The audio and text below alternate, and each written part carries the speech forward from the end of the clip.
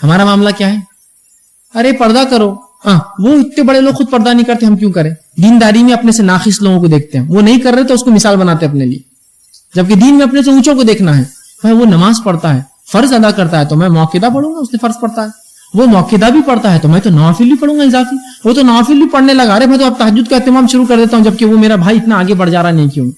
ارے وہ انسان تو روزے رکھتا ہے تو میں بھی تو فرض روزے رکھتا ہوں. ارے وہ تو نفل رکھ رہا ہے تو میں بھی نفل رکھوں گا.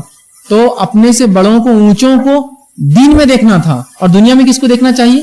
اپنے سے غریب لوگوں, اپنے سے غریب. تو اس سے احساس پیدا ہوتا ہے دل کے اندر. بہت سے لوگ ہوتے ہیں اللہ نے صحت دی, اور اگر صحت نہیں بھی دی, جو کچھ تھوڑی بہت بیماریاں دی, لیکن یہ بیماریوں میں ایسا نہیں کہ آپ اللہ کا شکر چھوڑ دیں. آپ ان کو دیکھیے کہ آپ کو بیماری دی تو پیسہ تو دیا, کم از کم علاج کرا سکتے ہیں. ان لوگوں کو دیکھیں جن کو بیماری ہے لیکن پیسہ بھی نہیں علاج کرانے کا. وہ نمونہ ہے ہمارے لیے کہ الحمدللہ ہم بہت اچھے حال میں. کچھ لوگ ہوتے ہیں خام و خواہ کی نفسیاتی ٹینشن لے کر بیٹھے, ہم کو تو یہ نہیں ملا, ہم کو تو وہ نہیں ملا, یہ نعمت نہیں ہے, پڑوس میں یہ ہے نا. صحت کے معاملے میں بڑا ہوتا ہے. تو ایسے لوگوں کو میں گزارش کروں گا, کبھی ایسا بہت لگی آپ کو میں بڑا پریشان حال ہوں اپنے صحت کے معاملے میں, تو کبھی نکل کر اپنے علاقوں کے گورنمنٹ ہاسپٹلس میں چلے جائیے. لوگوں کی تکلیف دیکھ کر احساس ہو جائے گا بہت اچھا اللہ نے رکھا ہم.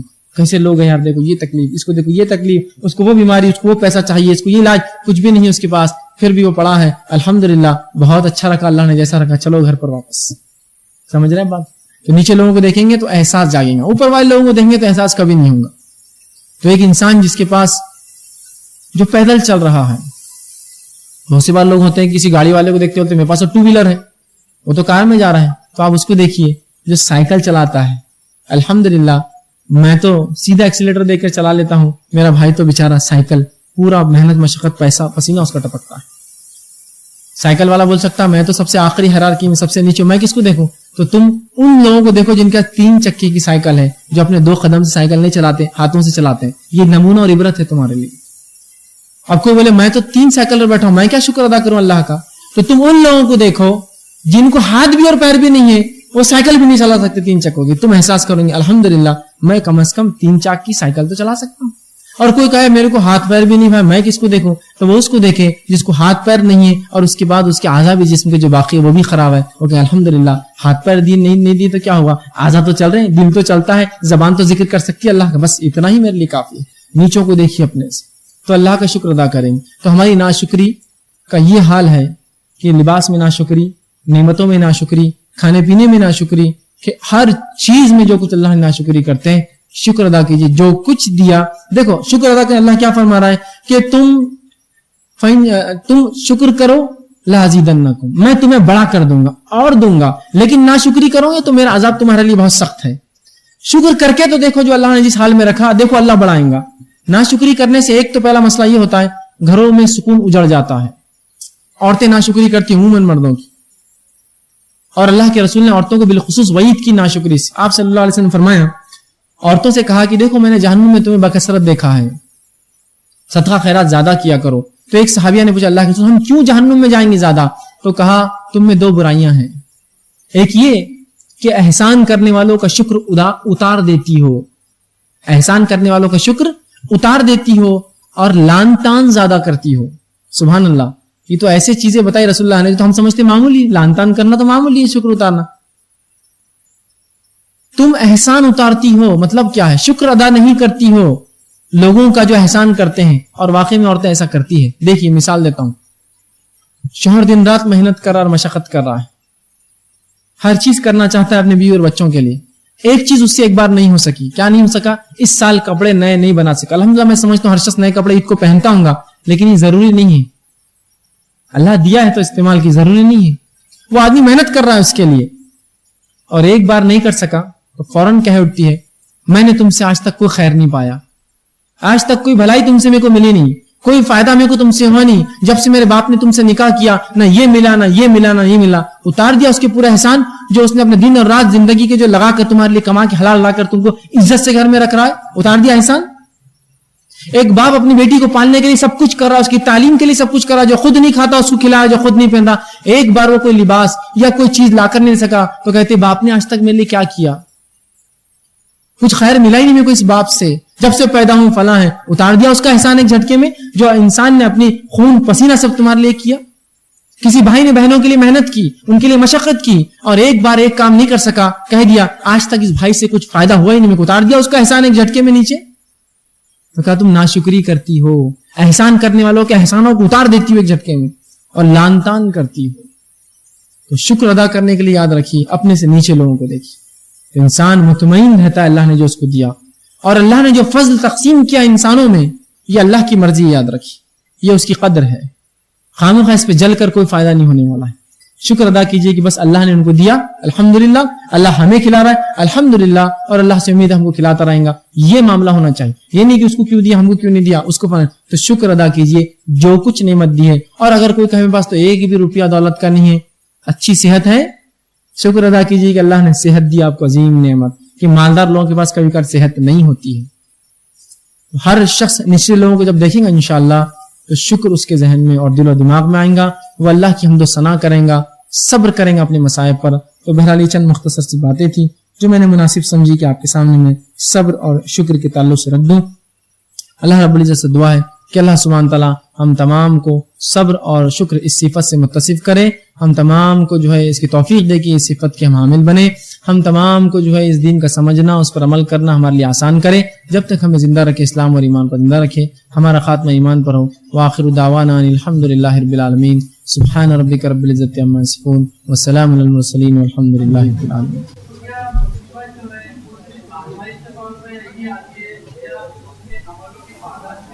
جی اعوذ باللہ من الشیطان الرجیم, بسم اللہ الرحمن الرحیم, الحمدللہ والصلاة والسلام علی خاتم النبیین والمرسلین, وبعد رب اشرح لی صدری ویسر لی امری واحلل عقدۃ من لسانی یفقہوا قولی, اما بعد.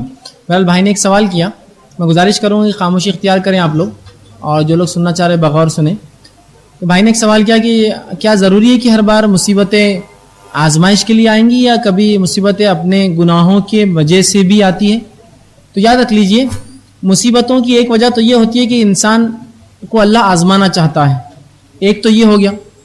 دوسرا, وہ انسان جو شریعت کو چھوڑ کر دور نکل جاتا ہے اور معصیت اور گناہ اور غلط کام کرتا ہے, اس کو جو تکلیفیں پہنچتی ہے وہ اس کے اعمال کا نتیجہ ہوتی ہے. یہ دونوں میں فرق ہے, یاد رکھیے, آزمائش اور مصیبت میں فرق ہے. وہ چیز جہاں ایک انسان اللہ پر ایمان لاتا ہے, اس کے رسول کی تعلیمات پر چلتا ہے, جس کے وجہ سے اس کو جو تکلیفیں پہنچتی ہیں, تو وہ جو ہے یاد رکھیے اس کی آزمائش. اور ایک انسان جو غلط کام کرتا ہے, گناہ کرتا ہے, معصیت اختیار کرتا ہے, اس وجہ سے جو تکلیفیں آتی ہیں, تو یہ اس کو نشانی اور علامت ہوتی ہے, تنبیہ ہوتی ہے کہ اپنے آپ کو سدھار لے, اپنے آپ کو جو ہے سنبھال لے اور ان گناہوں سے بچ جائے. اب یاد رکھیے آزمائش اور مصیبت میں فرق کیا ہے, جو گناہوں کی وجہ سے آتی, جو نہیں کی. جب ایک انسان کو اللہ آزماتا ہے, وہ دل سے مطمئن ہوتا ہے, دل اور ذہن اس کا اطمینان میں ہوتا ہے. جیسے کہ صحابہ کے تعلق سے آتا ہے, کبھی کبھار جنگوں کے اندر اتنا اطمینان تھا کہ وہ کہتے ہیں ہاتھ سے تلوار چھوٹ جاتی تھی. تو یہ ان کا جو ہے صبر تھا, یہ ان کی نیکیاں تھی, اللہ رب العزت ان کو اطمینان دیا اس حالت میں بھی. اور بہت سے لوگ ہوتے ہیں ان کو تمام نعمتیں ملتی ہیں, لیکن گناہوں کی وجہ سے اس میں بھی وہ پریشان ہوتے ہیں.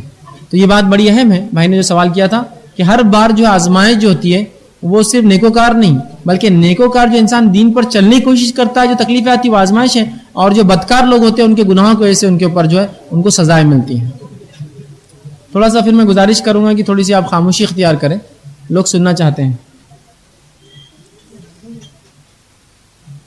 کسی نے ایک سوال کیا کہ بہت سے لوگ اچھے دنوں میں اللہ سے دور رہتے ہیں اور پریشانی میں اللہ کو یاد کرتے ہیں, ان کے ساتھ کیا معاملہ ہوگا؟ بڑا اچھا سوال کیا.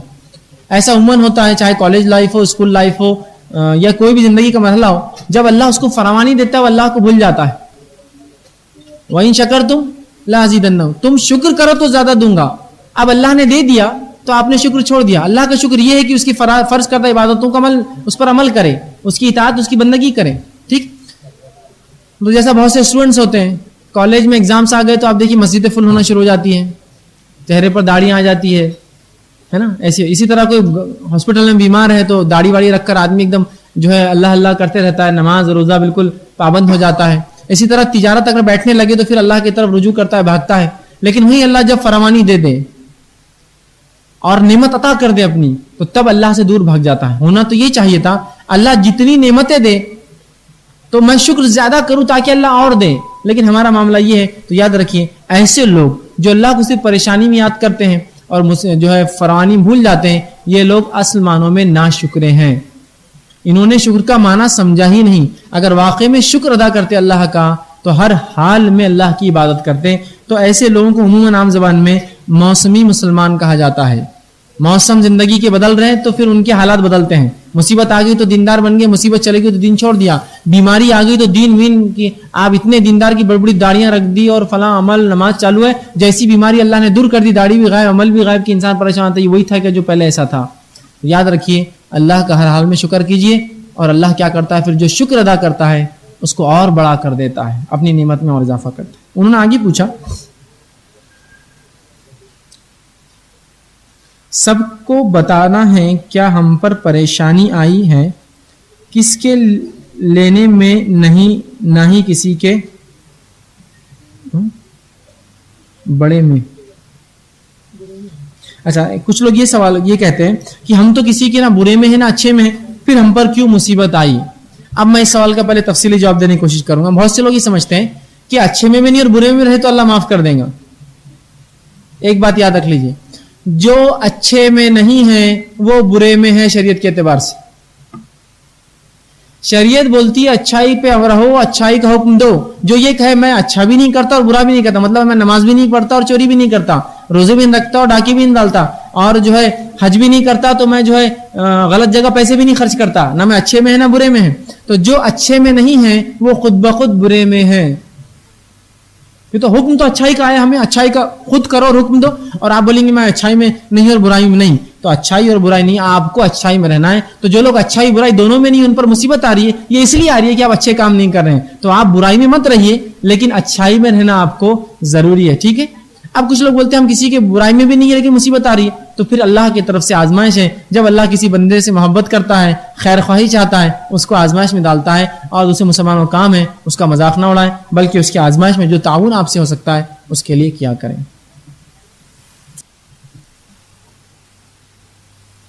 کسی نے ایک سوال کیا، کسی الزام لگانے پر صبر کیا جائے تو اس کا اجر کیا ہوگا؟ کیا قرآن و حدیث میں اس کا بیان ہے؟ بہرحال کسی نے سوال کیا کہ اگر کسی پہ کوئی الزام لگائے تو اگر وہ اس پہ صبر کرے تو اس کا پہلی چیز یاد رکھیے، اگر کوئی کسی پر الزام لگائے اور آپ کو لگتا ہے اس الزام کو آپ جواب دے سکتے ہیں، اطمینان بخش جواب دے کر یہ مسئلے کو، یہ فتنے کو، جو الزام غلط فہمی سے اٹھتے ہیں، کچھ الزام غلط فہمی سے اٹھتے ہیں انسان پر، جو کچھ بھی آپ نے دیکھ لی، کچھ غلط سوچ لیا، کچھ غلط تصور کر لیا، تو آپ اس کا پہلے جواب دے دیں. لیکن کچھ الزامات آپ کے خلاف بنے جاتے ہیں، تیار کیے جاتے ہیں تاکہ آپ کو ذلیل اور رسوا کرے، چاہے آپ کی نعمتوں کے زوال کے لیے، آپ کی شخصیت کو مسخ کرنے کے لیے، آپ کے کام کو ختم کرنے کے لیے.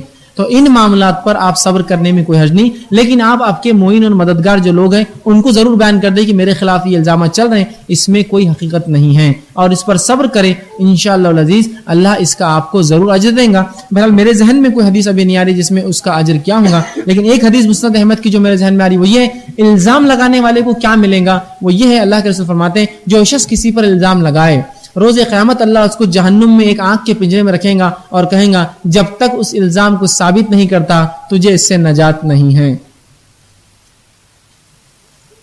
خامخواہ الزام مت لگائی کسی. تو میں نے جیسا کہا اگر الزام غلط فہمی کی بنیاد پر ہے جواب دے دیجیے. الزام آپ کے کام کی وجہ سے لوگ تہمت کے لیے اور خاص طور سے بنا کر پیش کر رہے ہیں تو اپنے معین اور مددگار لوگوں میں اعلان کر دیجیے کہ مجھ پر یہ الزام ہے، اس کی حقیقت نہیں ہے، اور صبر کیجیے. انشاءاللہ العزیز اللہ رب العزت بہت زبردست آپ کو بدلہ دیں گا کہ آپ نے اللہ کی خاطر صبر کیا. اور صبر تب ہوتا ہے جب وہ چیز ہو تو آپ اللہ کے لیے اس کو طلب ثواب کی نیت سے اس کو برداشت کر لیں. انشاءاللہ العزیز اللہ آپ کو اس کا عظیم اجر دیں گا. اور جو لوگ الزامات لگاتے ہیں وہ آگاہ ہو جائے، الزام لگانا بہت سنگین جرم ہے.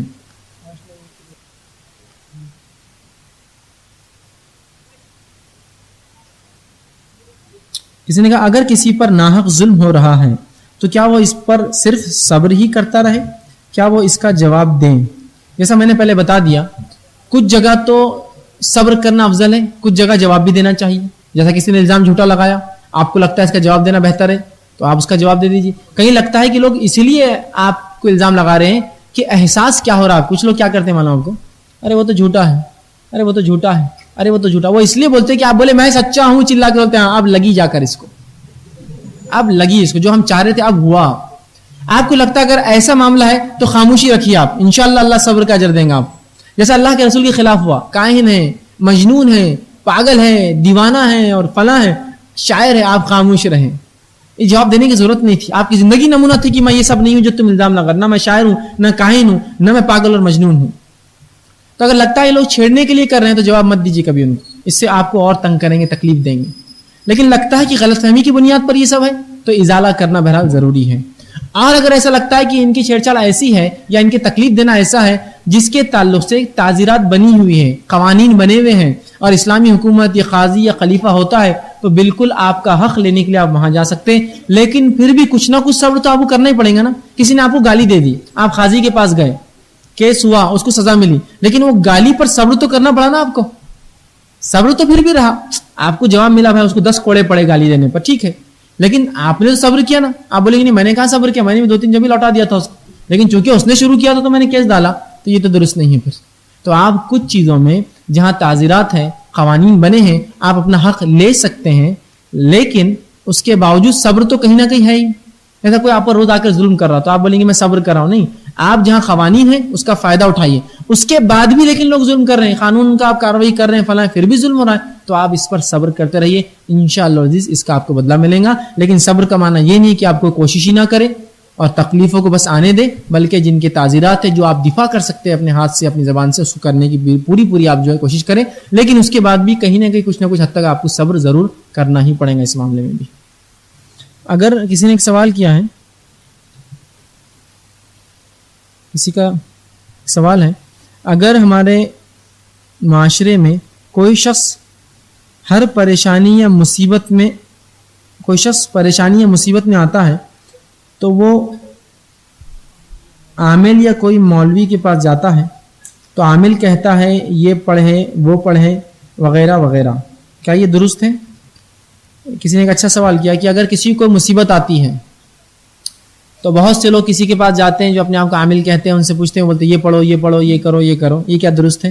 دیکھیے اگر کوئی مصیبت آپ کو آتی ہے تو سب سے پہلے تو آپ دیکھیے آپ فرائض کا اہتمام کر رہے ہیں کیا, وہ ذکر و اذکار جو اللہ کے رسول نے کیے مصیبتوں کو دور کرنے کے لیے پریشانیوں کو آپ پڑھ رہے ہیں کیا. اور اگر کسی ایسے شخص کے پاس بھی جائے جس کو عامل کہا جاتا ہو اور وہ اللہ کی کتاب اور اس کے رسول صلی اللہ علیہ وسلم کی سنت سے کچھ باتیں بتائے کہ یہ کرو یہ کرو یہ مت کرو یہ مت کرو, تو اس میں کوئی حرج نہیں. لیکن ہمارے پاس ہوتا کیا ہے, ایک تو اللہ کے دین کی طرف کوئی رجحان نہیں, نماز روزے زکوٰۃ سب غائب ہے, تلاوت قرآن میں کوئی اہتمام نہیں, ذکر و اذکار دعائیں تو ہم کو یاد ہی نہیں ہے. اب اس کے بعد کوئی مصیبت اللہ دے دے تو فوراً بولتے ہیں کہ بھائی کچھ نہ کچھ ہوا ہے تم پر, چلو عالم کو عامل کو ڈھونڈو.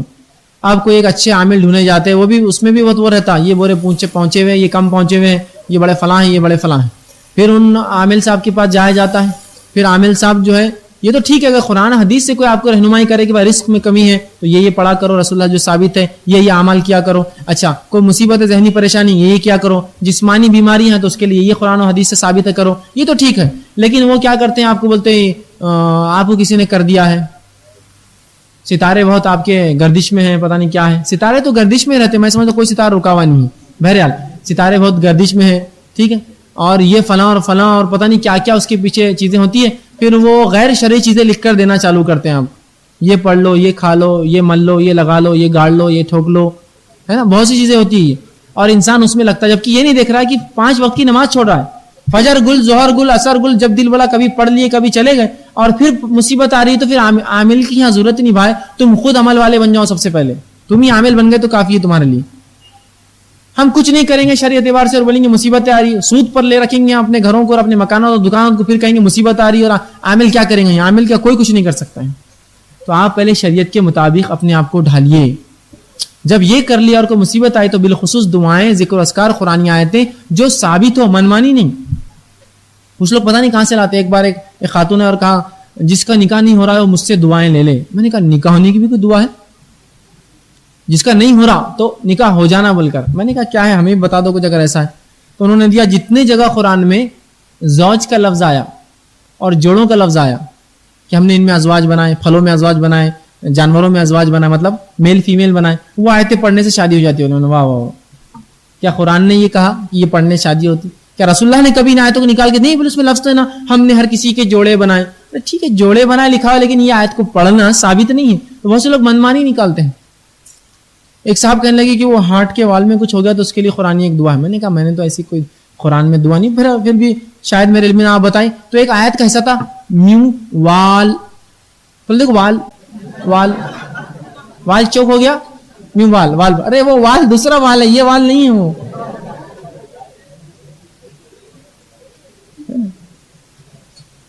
تو وہ ثابت شدہ ہو تو آپ اگر ایسی چیزیں ہیں تو کر سکتے ہیں خام و خواہ کے, لیکن ایسے لوگوں کے پاس جا کر اپنے ایمان کو اور اپنے اعمال کو برباد نہ کرے اللہ کے لیے. بہت سے لوگ یہ چکر میں جا کر ہوتے ہیں. مصیبتیں اگر آ رہی ہے اور دین پر عمل نہیں کرنے سے آ رہی تو سمجھ جائیے آپ کو عمل کرنا ہے, نہ کہ آپ کسی وہ آدمی آپ کی کچھ مدد نہیں کر پائیں گا, وہ آپ کے لیے 1000 قرآن نہیں پڑھ کے بخشیں گا تو آپ کو کچھ فائدہ نہیں ہونے والا. اصل یہ میرا عمل کہ میں دین پر لگ جاؤں, اس لیے مصیبت. کہ تو میں نے جو کہا نا صبر تب ہوگا جب آپ دین پر عمل کر رہے تو مصیبت آئے. آپ دین پر عمل نہیں کرنے جو مصیبت آ رہی ہے یہ آزمائش نہیں ہے, یہ تو آپ کو جو ہے سزا اللہ کی طرف سے کہ سدھر جاؤ. جیسے قوموں کو اللہ نے عذاب میں ملوث کیا, ان کو ڈبا دیا, غرق کیا, آندھیاں بھیجی, طوفان بھیجے, زلزلے بھیجے. یہاں وہ بولے کہ میں صبر کر رہا ہوں تو نہیں, یہ تو عذاب تھا تم پر, اب صبر نہیں ہے. صبر تو تب تھا جو مومنوں نے کیا, تم کو دعوت دے کر اور تم نے ان کو ہکالا, وہ صبر تھا ان کا. تو آپ دین پر لگ جائیے, ان لوگوں کے پاس جا کے اپنے ایمان کو مت خراب کیجیے. انشاءاللہ اور بھی تفصیلات اس عنوان کے تعلق سے, روحانی بیماریاں یا اس کو اس طرح سے آپ لے لیں نفسیاتی اور روحانی بیماریاں, ان کا علاج, جو میرا انشاءاللہ 29 رمضان کو ہوگا, اس میں آپ آئیے بتفصیل انشاءاللہ اس چیزوں کا جواب دوں گا. جی وعلیکم السلام.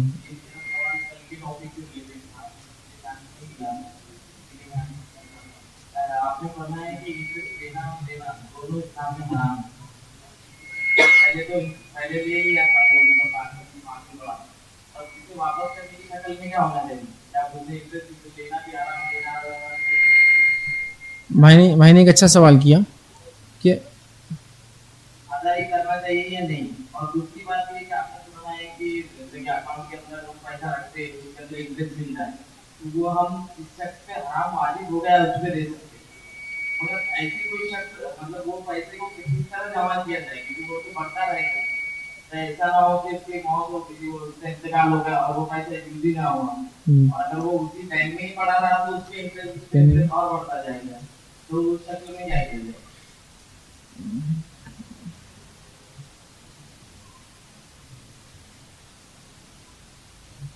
بھائی نے جو ہے 2 سوال کیے. پہلا سوال ان کا یہ تھا کہ اگر کوئی شخص ہے جس کو پتہ نہیں تھا سود کی لعنت یہ ہے, اب اس نے سود پر لون لے رکھا ہے یا جو بھی ہے, اب وہ کیا کرے. دیکھیے اگر آپ نے لے لیا ہے تو اب تو اس کو آپ کو ادا کرنا ہی پڑے گا. آپ ہی نہیں بول سکتے میرے کو آج سود معلوم ہوگا کیا ہو گیا تو میں بینک کو کیا کروں گا, دھوکہ دے دوں گا. 2 لاکھ لیا تھا, 1 لاکھ سود تھا, 1 لاکھ میرا تھا, میں نے 1.5 لاکھ دے دیا اب تک, اب 50,000 ڈوب گئے. نہیں, آپ نے چونکہ اس سے یہ سودا کیا تھا اب اس کو آپ کو پورا پیسہ لوٹانا ہوگا. بہت سے لوگ ایسے بھی ہوتے ہیں لون لے لیتے ہیں, پہلے لون لینے کے بعد کسی عالم سے ملتے ہیں اور بولتے بتاؤ میرے کو سود کی حرمت, وہ بتاتا ہے, بولتے اب میرے کو سمجھ میں آ گیا.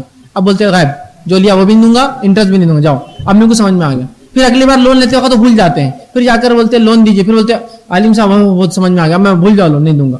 نہیں, ٹھیک ہے. تو آپ کو اگر آپ نے کسی سے سود پر بھی لیا تھا آپ کو واپس ادا کرنا پڑے گا, ٹھیک ہے, اس لیے کہ آپ نے اس بینک سے اس محکمے سے وعدہ کیا تھا. اب آپ بولیں گے نہیں, ہاں یہ الگ شرط ہے کہ آپ یہ کہیے کہ میں مجبور ہوں اور میں اصل دے کر کیا چھوٹ سکتا ہوں, اور وہ کہے چھوٹ سکتے ہیں تو جلدی سے ادا کر دیجیے اور چھوٹ جائیے اس. دوسرا انہوں نے سوال کیا کہ انٹرسٹ کے پیسے جو بینکس میں جمع ہوتے ہیں اکاؤنٹس میں ہمارے, وہ کیا کریں. تو جن پر حرام واجب ہے ان کو دے دیں. تو یہ مہینے اتنا آیا, یہ مہینے اتنا آیا, آپ نکالے اور دیتے جائیے, جمع کر کے مت رکھیے, وہ تو بہت زیادہ ہو جائیں گے تھوڑے دن میں, فوراً آپ کو ملا. اور ایسے لوگ آپ کو بہت مل جائیں گے. یہ الگ بات ہے کہ ہم نے ان کو کئی بار دیکھا لیکن ہم نے سوچا نہیں کہ یہ لوگ مستحق ہے.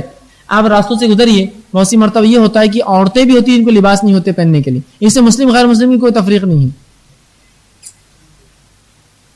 برجز کے نیچے لوگ رہتے ہیں جن کو رہنے گھر نہیں, وہ ایک پلاسٹک رہتا ہے, نہانے کے لیے پتہ نہیں کسی نالے میں چل جاتے ہیں بیچارے, اور کھانے کے لیے کنڈیوں سے چن کر لاتے ہیں. ایسے کئی لوگ ملیں گے آپ کو. آپ جیسے ہی آیا جو ہی آیا ایسے لوگوں کو اٹھا کر دے دے, ٹھیک, آپ دے سکتے ہیں. تو اس کو رکھنا نہیں ہے, جمع نہیں کرنا ہے, فوراً آپ کو نکال دینا ہے. اور یہ جو آ جاتا ہے انٹرسٹ اکاؤنٹس میں, یہ مجبوری ہے. تو آج بغیر بینک کے ٹرانزیکشن ہمارے ہوتے نہیں, الٹرنیٹ کوئی سسٹم ہمارے پاس ہے نہیں, تو لہٰذا یہ مجبوری کی شکل ہے. اللہ سے امید ہے, دعا بھی ہے کہ اللہ ہم کو اس معاملے میں معاف کرے. لیکن آپ جان بوجھ کر لے یا کسی سے لے یا خود دینے کی امید کرے کہ بھائی مزہ آ جائے گا کہ تو چھوٹی سی تجارت ہے, سود لوں گا تو بڑی ہو جائیں گی, اس کی اجازت تو بہرحال نہیں دی جائے گی.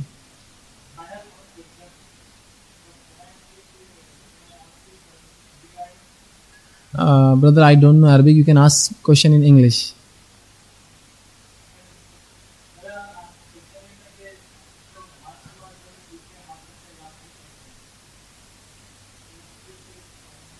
سر پر ہاتھ رکھ کر کچھ پڑھتے ہیں.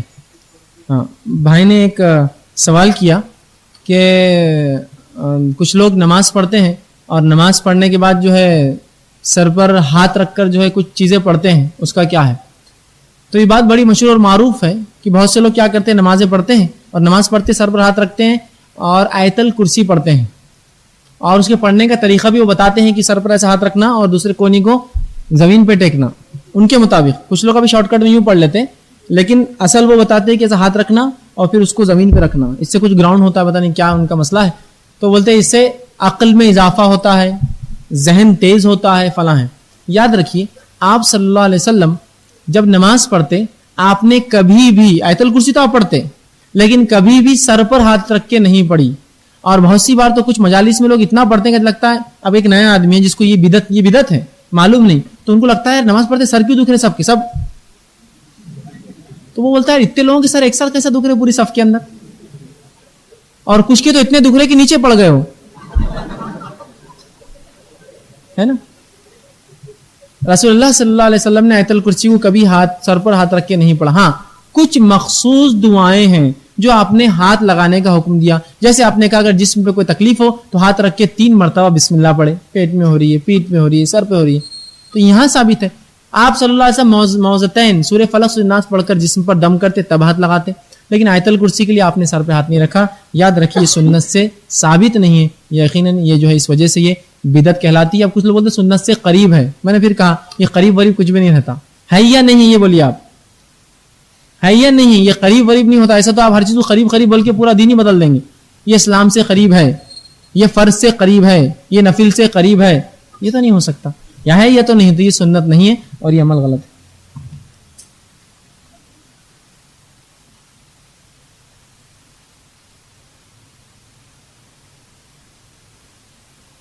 کسی نے ایک سوال کیا کوئی انسان گناہ پر گناہ کرے اور اس پر کوئی آزمائش نہ آئے, اس کا معاملہ کیا ہے؟ تو یاد رکھ لیجئے قرآن میں کئی مرتبہ اللہ رب العزت نے بات فرمائی کہ ہم کچھ لوگوں کو جو گناہ کرتے ہیں ڈھیل دیتے, مہلت سدھرنے کی. جیسا فرعون کو مہلت دی, قارون کو مہلت دی, ابراہیم علیہ السلام کے زمانے میں جو بادشاہ تھا اس کو مہلت دی. تو کچھ لوگوں کو اللہ مہلت دیتا ہے, چھوٹ اور ڈھیل دیتا ہے تاکہ وہ اپنی اصلاح کر لے, یا کچھ لوگوں کو گمراہی میں ڈالنے کے لیے بھی چھوٹ دیتا ہے. جن تک ہدایت پہنچ گئی, جنہوں نے ہدایت کا انکار کیا, تو اللہ ان کو بھی ڈھیل دے دیتا ہے تاکہ یہ اپنی گمراہی میں اور آگے بڑھتے جائیں. تو یاد رکھیے اگر کوئی ایسا شخص ہے جو گناہ میں ملوث ہے پھر بھی اگر اسی گرفت نہیں ہو رہی ہے تو یاد رکھیے یہ اس کے لیے آگاہی ہے, یہ اس کے لیے ایک جو چیتونی ہے, سدھر جائیے, اللہ کی ڈھیل ہے. کہ تو اللہ پھر جب ایسے انسان کو پکڑتا ہے اچانک گرفت میں لیتا ہے, وہ سمجھ بھی نہیں پاتا ہے. جیسے قومیں جنہوں نے اللہ کا انکار کیا, جب ان کی گرفت ہوئی ایسی اچانک ہوئی کہ کئی قومیں سو رہی تھی, اوندھی اور اوندھے کی اوندھی ختم ہو گئے, ان کو ہلنے کی بھی جو ہے توفیق نہیں ملی, ہلنا بھی نصیب نہیں ہوا. تو لہٰذا اگر ایسے کچھ لوگ ہیں جن کو آپ دیکھیں کہ بڑے گناہ میں جو ہے شامل ملوث ہیں, اس کے باوجود بھی ان کو جو ہے کوئی آزمائش نہیں آ رہی ہے, اللہ کا عذاب نہیں آ رہا, تو سمجھ جائیے ڈھیل ہے, اور اللہ یقیناً ایسے لوگوں کو کبھی نہ کبھی گرفت میں زبردست لیں گا. اس شخص کے لیے نصیحت ہے اپنے آپ کو آج سدھار لے, ورنہ ہو سکتا اللہ کل اس کو موقع نہ دے. اور بہت سی بار دیکھا گیا جو لوگ گناہوں میں ملوث ہوتے ہیں اور اس میں لگے رہتے ہیں ہدایت آنے کے بعد بھی, تو اکثر ان کی اموات بھی انہی گناہوں میں ہو جاتی ہے. جیسا شراب پینے والے اکثر دیکھا گیا شراب کی حالت میں ہی مر جاتے ہیں. پہلے تو ڈھیل ملتے رہتی ہے, نہیں سنبھلے تو پھر اس میں موت اللہ دے دیتا ہے. بہت سے لوگ ہوتے ہیں جو موسیقی کے عادی ہوتے ہیں. ایسے واقعات میں نے پڑھے ہیں جو علماء نے لکھے ہیں سعودی عرب کی کئی کتابوں میں, جن میں انہوں نے لکھا ہے کہ ایسے لوگوں کو انہوں نے دیکھا جن کے ایکسیڈنٹس ہو گئے اور گاڑیوں میں ٹیپ لگا رہتا ہے, گانے سنتے رہتے ہیں, اور موت کے وقت بھی ان کو تلقین کی گئی, کیونکہ عموماً وہاں ایکسیڈنٹس ایسے ہوتے ہیں کہ آدمی عموماً مر جاتے ہیں, کیونکہ بہت تیز رفتار گاڑیاں ہوتی, تلقین بھی کی جا رہی تو گانے ہی گاتے گاتے ہی مر گئے وہ نکل. تو ایسا ہوتا ہے عموماً گناہوں میں. تو یہ اس کو ایک آگاہی ہے کہ اگر اللہ چھوٹ دے رہا ہے تجھے, نعمت عطا کر رہا ہے تیرے گناہوں کے بعد بھی, تو سمجھ جا کہ یہ آزمائش نہیں ہے, یہ جو ہے ایک چیتونی وارننگ ہے کہ اب فراوانی کے بعد ایک زبردست, جیسا بولتے ہیں طوفان سے پہلے خاموشی ہے, تو ویسی پکڑ سے پہلے اللہ فراوانی دے دیتا ہے ایسے لوگوں. فرعون کو حکومت دے دی, کرو جتنا چاہے ظلم کرنا ہے, ہدایت بھیجی موسیٰ علیہ السلام کے ذریعے, پھر بھی نہیں مارا, اچانک گرفت میں لیا اور مارا گیا. ٹھیک, تو ایسے ہی ہوتا ہے. تو یہ ان کے لیے ایک آگاہی ہے. السلام علیکم. کوئی بھائی کو تاکید کرے تو پتہ کرے اور بات میں اگر نماز کے لیے کوئی شخص بار بار اگر تاکید کرتے رہے وہ کیا کرتا ہے بات میں اپنے اندر آتے رہے تو پہلے ہی دور ہو جاتا ہے چلے آتا ہے. اس کے بارے میں نے اچھا سوال کیا کہ تاکید ہم کتنے بار کریں لوگوں کو, کیسے ان کو سمجھائیں. تو دیکھیے کچھ جگہ آپ کو لگتا ہے اس ذہن کا انسانی ذہن جب بھی ہم کسی کی اصلاح کرتے تو ایک بات یاد رکھیے ہم انسانی ذہن سے بات کر رہے ہیں. ٹھیک, جب بھی ہم کسی کی اصلاح کرتے ہیں ہمارا معاملہ انسانی ذہن سے, اس کے جسم سے نہیں ہوتا ہے. اور ذہن کو کچھ چیزیں یاد کرنے کے لیے وقت لگتا ہے. مثال آپ نے دیکھا کہ ایک گھڑی ہے سمجھ لیجیے جو گھر میں پیچھے لگی ہے, آپ بولتے ہیں پیچھے درست نہیں, سامنے ہونا چاہیے مہمان کو دکھنے کے لیے. آپ خود اس گھڑی کو نکال کر سامنے رکھ دیتے ہیں, لیکن آپ کے ذہن کو گھڑی کہاں یاد رہتی ہے؟ پیچھے. تو کئی دنوں تک آپ خود آتے اور پیچھے دیکھتے بولتا ارے پھر ارے. تو ذہن کو یاد کرنے کے لیے وقت لگتا ہے. تو آپ کو اگر ایسا لگتا ہے کہ وہ انسان اس گناہ میں بہت زمانے سے ہے تو اس کے ذہن کو سیکھنے کو ٹائم لگے گا, تو اس کو وقت دیجیے. جیسے اللہ کے رسول صلی اللہ علیہ وسلم نے خالد بن ولید کے تعلق سے آتا ہے, وہ کہتے ہیں ایمان جب لائے اگر اللہ کے رسول میرے پاس 70ویں مرتبہ یا ایک روایت میں 72ویں مرتبہ اسلام کی دعوت نہ لاتے شاید میں آج مسلمان نہیں بنتا. 72 ٹائمز 72 بار وہ گئے تھے کہ اسلام لا لو, اسلام یہ ہے, توحید یہ ہے. تو آپ دیکھیے آپ کا معاملہ انسانی ذہن سے ہے. اب پہلے کیا کیجیے, ایسے انسان کو جس کو آپ نماز کی تاکید کریں اس کے دل میں نماز کے تعلق سے احساس جگائیے نماز کی اہمیت کیا ہے. دیکھیے اہمیت حاصل ہونے کے بعد انسان کو دیکھیے, اگر میں کہوں کہ ایک آدمی ایک ایسے محلے کی بات کر رہا ہوں جہاں مالدار لوگ بھی رہتے ہیں اور اس محلے میں آ کر کوئی ٹرک کے ٹرک اناج فری بانٹ رہا ہے, تو آپ بھی آئیڈیا سے بچوں کو بولتے بیٹے کپڑے پھاڑ کے چل جاؤ, ادھر مل رہا ہے تو لینے میں کیا حرج ہے, لو لوٹو جا کر, ہے نا. چھوڑیں گے نہیں آپ اس چیز کو. اہمیت آنے کے بعد کہ اناج بٹ رہا ہے مہنگا ہے لو. ابھی نماز کی اہمیت نہیں بلکہ انسان نمازی لوگوں سے بھی دور بھاگتا ہے, نماز کو کوئی بولے تو اس سے بھی دور بھاگتا ہے. تو آپ اس کے دل میں نماز کی اہمیت جگائیے. کیوں وہ چھوڑا؟ نماز کی اہمیت ایک بار جب اس کے دل میں جاگ جائیں گی تو انشاءاللہ عزیز پھر وہ انشاءاللہ بھاگیں گا نہیں. لیکن وہ جگانے تک آپ چاہے 70 مرتبہ کیوں نہ ہو آپ بولتے رہیے, لیکن ایسا بھی نہ ہو کہ وہ بدزن ہو جائے آپ سے. بدزن سمجھتے ہیں آپ کہ آدمی کیا ہوتا ہے پھر ہدایت کا انکار کر دیتا ہے آپ کے عمل کی وجہ سے, بدزن ہو جاتا ہے. یار یہ آدمی کتنے بار بول جائے پھر بھی آتا ہے. تو ایسا کریں جس کو وہ بڑا مانتا ہے, جس کی بات وہ سنتا ہے, اس کے ذریعے تاکید کریں. اس کے آس پاس کے دوستوں کو تاکید کرے کہ وہ نماز پڑھے تو پھر وہ اس کو بھی کھینچ کر لائیں. کبھی کیا ہوتا ہے میری بات کوئی نہ سنے لیکن دوستوں کی بات جلدی سن لیتا ہے. تو ایسی کچھ کوشش کرنا کی, لیکن بہرحال آپ کا کام ہے تاکید کرنا. آپ اس کو کرتے رہیں اس کے بدزن ہونے تک. لیکن بدزن ایسا لگ رہا ہے کہ ہو جا رہا ہے تو چھوڑ دیجئے اس کو. پھر کسی اور ذریعے سے, اس کے والد کے ذریعے, کسی اچھے عالم کے ذریعے, اس کے دوستوں کے ذریعے, اس کے ماحول گھر والوں کے ذریعے اس کی اصلاح کرنے کی کوشش کریں.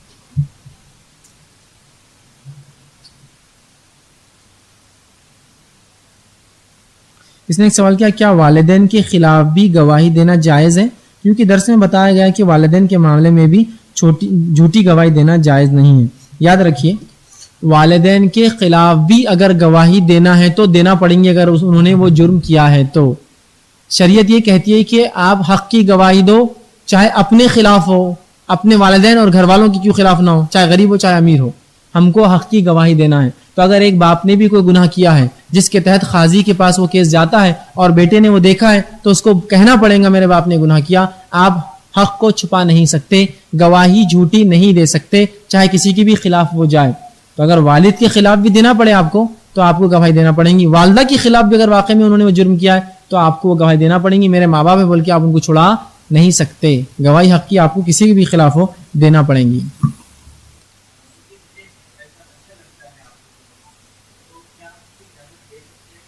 میں نے 2 سوال کی. پہلا یہ کہ اگر کوئی والد ان کے یا کوئی شخص 50 سال پہلے کوئی 200 روپے لے کسی سے تو 50 سال بعد اگر لوٹائے ہیں تو کتنے لوٹائیں؟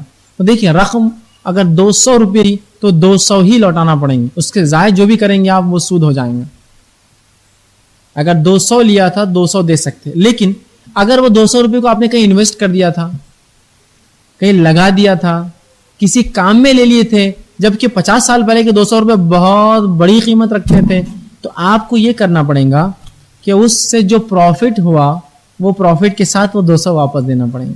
سمجھا؟ اگر لگا, لیکن وہ 200 دھرے کے دھرے رکھے تھے, آپ نے یوں ہی مانگے تھے 200 لے لیں لیکن آپ بھول گئے, تو آپ لوٹائیں گے 200 ہی. ہاں اس میں اگر کچھ آپ زائد اوپر اپنی طرف سے دینا چاہے جو کہ طے نہیں ہوا تھا, اللہ کے رسول نے فرمایا تم میں اچھے وہ ہیں جو لوٹانے میں سب سے اچھے ہیں. تو رسول اللہ صلی اللہ علیہ وسلم جب کسی سے کچھ لیتے تو لوٹانے میں اس کو تھوڑا زیادتی کرتے. تو لہٰذا اگر آپ اس کے تحت طے نہیں ہوا ہوگا, اگر طے ہو جائے تو سود ہے. 2 لوگوں نے کچھ لیا دیا لیکن طے نہیں ہوا, کچھ بھی طے نہیں ہوا,